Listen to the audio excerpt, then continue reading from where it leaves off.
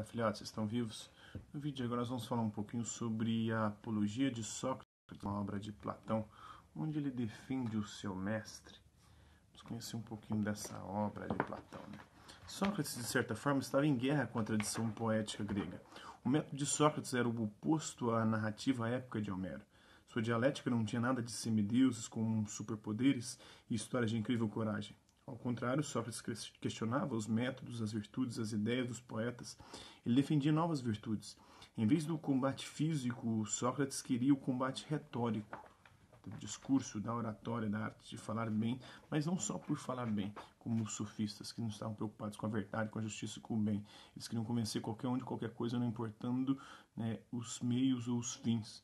O meio era a retórica para convencer qualquer um sobre qualquer coisa, mas o fim não importa se fosse para o mal, se fosse para a injustiça, se fosse para a mentira, no qual o melhor argumento filosófico era sempre o vencedor. Sócrates, portanto, era um desafio a toda essa tradição dos dias gloriosos de Atenas. Ele apresentava e defendia um novo tipo de cidadão, mais vinculado ao exercício da razão do que ao exercício militar. Essa preocupação levou Aristófanes a escrever a peça As Nuvens, zoando, caçoando dele, né? Na qual o escritor buscava ridicularizar o filósofo.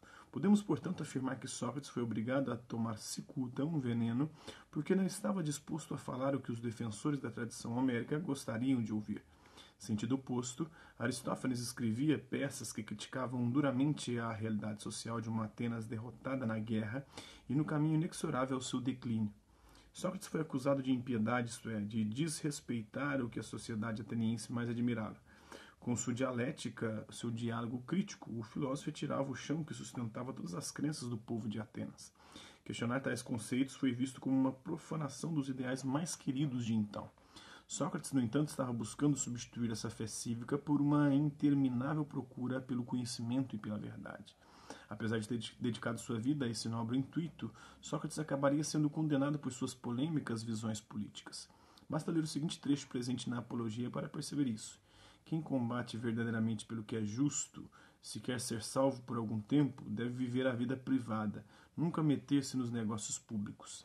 Para aqueles que enfrentaram a tirania dos 30 e redemocratizaram Atenas, tal afirmação soava como uma espécie de ataque imperdoável. Já em Criton, Sócrates continua a defender uma cidadania baseada na razão e na verdade. Como um verdadeiro cidadão pode viver sem ter nenhum tipo de ligação com os negócios públicos?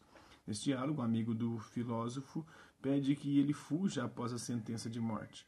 Sócrates, no entanto, obedece à lei e fica para morrer. Seu último diálogo foi para defender o respeito à decisão da maioria, ou seja, foi, paradoxalmente, um ato público até seu âmago. Sócrates, frente à oportunidade de desrespeitar as leis de sua cidade, oferecida por Criton, decide permanecer na cela. Por coerência, ele morre por obedecer às leis com as quais ele mesmo havia concordado durante toda sua vida em Atenas. Decide aceitar a amarga decisão de seu julgamento. Ao ouvir de Criton sobre a ideia de fugir, Sócrates afirma que o homem justo sempre permanece na cidade. As diferenças entre a Apologia de Sócrates e Criton também são muito interessantes. O primeiro texto narra um julgamento na corte ateniense, com centenas de pessoas presentes e o filósofo defendendo a si mesmo das acusações feitas pela cidade. Em Criton, Sócrates argumenta apenas com um personagem que é um amigo e discípulo. Esse diálogo mostra o pensador aceitando as leis de Atenas. Sócrates afirma que nenhum Estado funciona sem regras, sem leis. Desobedecê-las para ele seria o mesmo que destruir Atenas. Ironicamente, um dos argumentos mais fortes e difíceis feito por Sócrates em todos os textos platônicos é esse no qual ele decide aceitar sua condenação à morte, no qual o público vence definitivamente o privado. Assim, com essa última derrota para não praticar uma desobediência civil, ele aceita seu julgamento, toma cicuta e morre. Vamos direto agora à Apologia de Sócrates. O que vós, cidadãos atenienses, tem sentido em relação ao trato de meus acusadores, não sei. Eu, porém, devido a eles, quase me esqueci de mim próprio, devido à forma tão persuasiva com que falavam. Porém, nunca disseram nada de verdadeiro, posso afirmar. Mas entre as muitas mentiras que divulgaram, há uma que admiro acima de todas. Quando disseram que deveriam ter cuidado para que não fossem enganados por mim como um homem cuja habilidade é o discurso. Meus acusadores nunca pensaram a fundo no que diriam, mesmo sabendo que em tempo seriam desmentidos por mim, e que eu traria provas quando eu me apresentasse diante de todos e me reafirmasse como um hábil orador?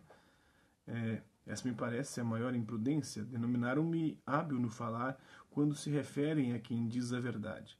Porque se realmente disseram isso, estou aqui para me confessar um orador, porém não à sua maneira. Assim, portanto, como acabo de dizer, pouco ou absolutamente nada disseram de verdade. Ao contrário, farei minha exposição baseada na verdade em toda a sua plenitude.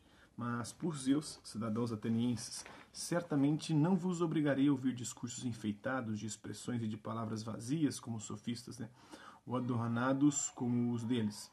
Direi sim coisas mais simples, com as palavras que me vierem à boca, pois estou certo que é justo o que eu digo, e que nenhum de vós espera outra coisa. Na verdade, com a idade que tenho, não seria conveniente que me apresentasse aqui, diante de todos os atenienses, como um jovem que redige discursos. E por isso, cidadãos, peço e suplico que, caso percebais que construo minha defesa com os mesmos discursos que falo nas feiras, nas praças, onde muitos de vós já me ouvistes, e em outros lugares, que não vos espantais e nem vos inflamais.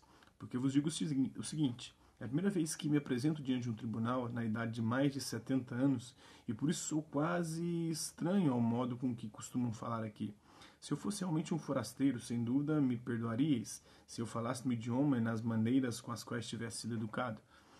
Assim também agora peço uma coisa que me parece justa, que me concedais, em primeiro lugar, o direito ao meu modo de falar, o que poderá ser pior ou até melhor, e que depois considereis o que direi, que ouçais com atenção se o que eu digo é justo ou não, pois essa é, de fato, a virtude do juiz, do orador, dizer a verdade. Então, isso é um pouquinho aí da obra A Apologia de Sócrates, de Platão, com uma breve introdução. Espero que vocês tenham gostado do vídeo. Quem curtiu, dá um like, não curtiu, dá um dislike. E se interessar pelo conteúdo do canal, é só se inscrever, ativar o sininho e aguardar os próximos vídeos e as próximas notificações. Deixe também seus comentários, dizendo o que você tem achado dos vídeos, sugestões de temas e assuntos para serem abordados em vídeos posteriores. É isso aí. Hasta la vista, babies, e até a próxima.